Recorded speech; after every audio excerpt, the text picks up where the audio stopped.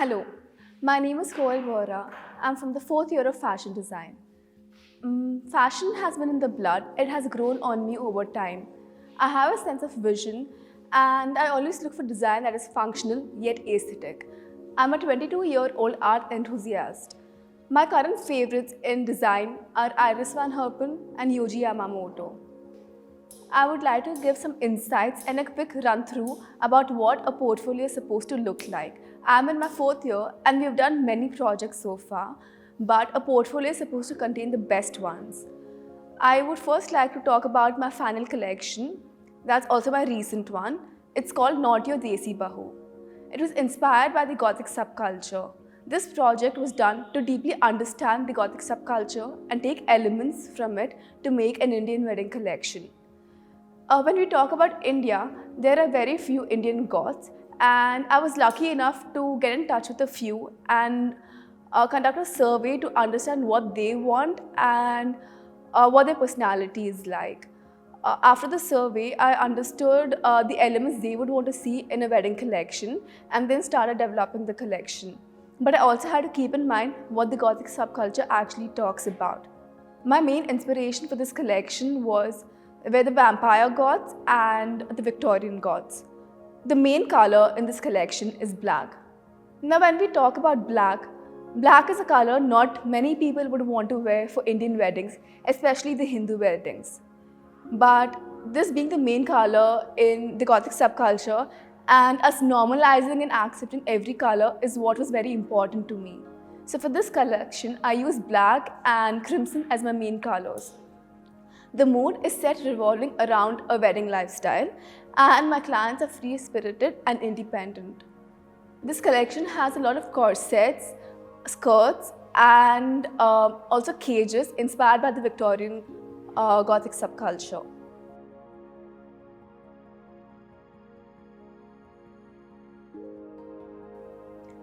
Tie and dye is a technique of resisting different parts of a fabric and creating patterns. No two t-shirts or two fabrics can look the same by this method. This wonderful method was taught to me by ex-professor Mr. Rangarajan. The workshop was for 2 days for our seniors and I was lucky enough to be there. When COVID hit us and we all were sent back home, I thought I could use this technique and bring color to our black and white lives. I developed different prints and patterns and I learned different ways in which I could tie and dye the fabric. I later converted this into a small business and started selling t-shirts and hoodies. There are different ways of tying the fabric. Shibori is one among them. This is very famous in India and I think we all should learn and understand different crafts of India. Monet is a reference to Claude Monet's paintings. They look attractive from afar, but up close they are a big old mess, just like the grunge subculture. My inspiration for this project was music and musicians of grunge, and I wanted to develop a streetwear collection for the age group 21 to 28 years old, especially for the people living in Seattle, Washington. The main elements that I've used for this collection are layers and heritage checks. The main colors that I've used are red and black. Whenever we are ideating, the first 30-40 sketches are just going to be what's there on the internet, what's there on Pinterest. And then when we are done, when we are tired, that's when the originality sparks. That's when we make something original. And that is what happened to all of us during this collection. In every collection, for us as designers, we get to decide our client market, our target audience. For me, in this collection, my target audience is very independent. They have just come out of their houses. They want to live their life their way. They want to explore. After ideating, we made technical sketches, which is a very important part when it comes to fashion design.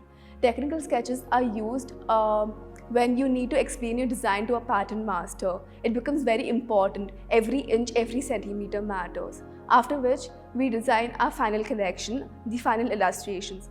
That is a more aesthetic part and technical sketches is the more technical part. After this, we were supposed to make garments. We made 4 garments each for this collection. And for this particular collection, I did the shoot myself, so it helped me learn a little bit about photography and editing. A design process has 4 steps: discover, define, develop, and deliver. Imbecile is a project that I did at home.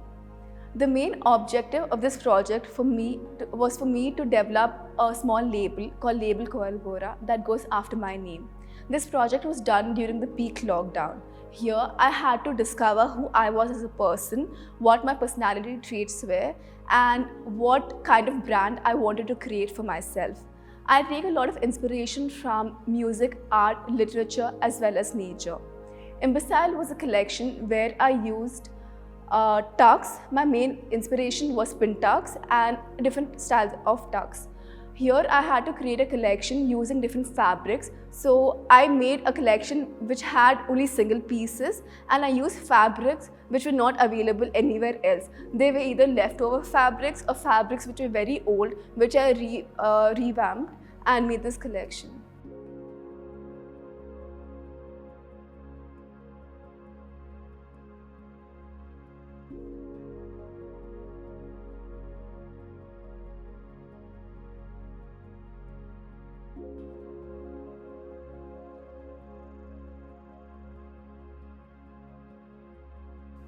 Space Whore is a project inspired by David Bowie's music. I've taken inspiration from the album Ziggy Stardust and the Spiders from Mars. It's not very easy to understand and analyze music, as everyone have their own interpretations about it. What I have done is I analyzed each song and made comic strips of my interpretation for a layman to understand. After this, I created textures while listening to each song. I let my hand flow the way it did according to the music. The collection is high-end spring-summer diffusion line, and it is also an androgynous collection for the age group of 23 to 28 years. Ziggy Stardust is Bowie's alter ego. My collection is called Space Whore as I have a concept behind it. The color board and the trends I use for my collection are present here. There are ideations like the one-legged cat suits, body suits, headgears, etc. that I have used for my collection. In the month of October, we had an industry internship. It was virtual. Our professor, Mr. Sanjeet Verma, helped us and guided us throughout this module. The company I chose for this internship was Nike. I did a brand study. We had to understand the company's vision, mission, and what the company is known for. We had to understand the company profile, after which we did a SWOT analysis and a marketing study. We also had to do a competitor study and understand the workflow and the hierarchy of an organization. After which, we had to create a collection. I wanted to create a plus-size collection, and my brief is to design a post-COVID plus-size active streetwear collection for the brand Nike, and the market is India. I took my inspiration from the prism. My interpretation of a prism is that a prism represents different particles initially combined, separate themselves from a group because of their own nature. The white beam represents a woman. The prism represents their entire existence, and the colored bars reflect all of the varied aspects of their personality that they have developed through time.